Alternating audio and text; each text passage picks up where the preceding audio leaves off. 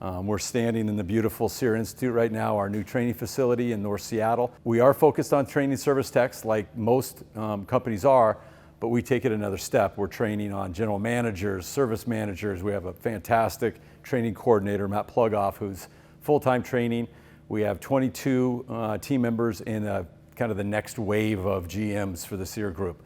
So we're always planning on the next general managers. How do we make our service managers great?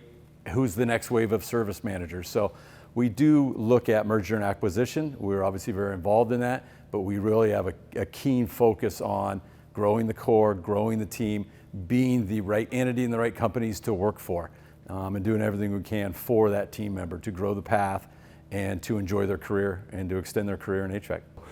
We're investing an incredible amount of time and energy into training our people. This institute is unlike any in the country I've ever heard of, and I think it's just a fantastic start to where we need to be in 5 to 10 years. This learning center, I believe, is the best in the country. Our industry, like many other industries, are having difficulty finding good technicians, much like people in the transportation business are having a hard time finding truck drivers.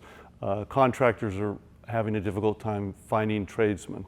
The days of just stealing from our competition and employees are over. The winners in this business are going to develop their own talent, and there's an enormous amount of people that I think can really benefit by being in our industry.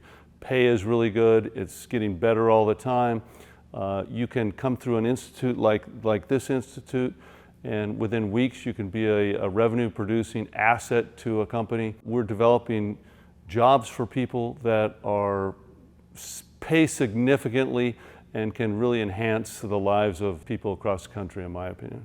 SEER Institute is a complete game changer, in my opinion. It's something we've envisioned for years. The COVID slowdown delayed the opening of the Institute, getting the permits, getting the equipment. I will say one of the more memorable moments in the last year for me is when we had our first class through the SEER Institute.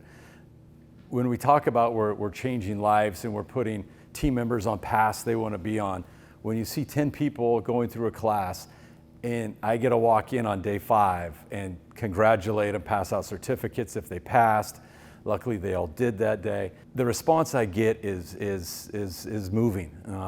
The appreciation level of someone who came off the street, maybe a truck driver, maybe UPS, maybe something else, they wanted a career, and we paid them to go through a 3-week class to become a general maintenance tech, a PMA tech. It's entry level, but they're learning how the industry works. They're learning how the equipment works. We all focus in this industry on service technicians, which is obviously very key. A lot of retiring in our industry nationally in the next 3 to 5 years. So we focus on that, but we also have Pittsburghs and brakes set up in the corner. We all know in this industry that service techs are needed, but install help is critical.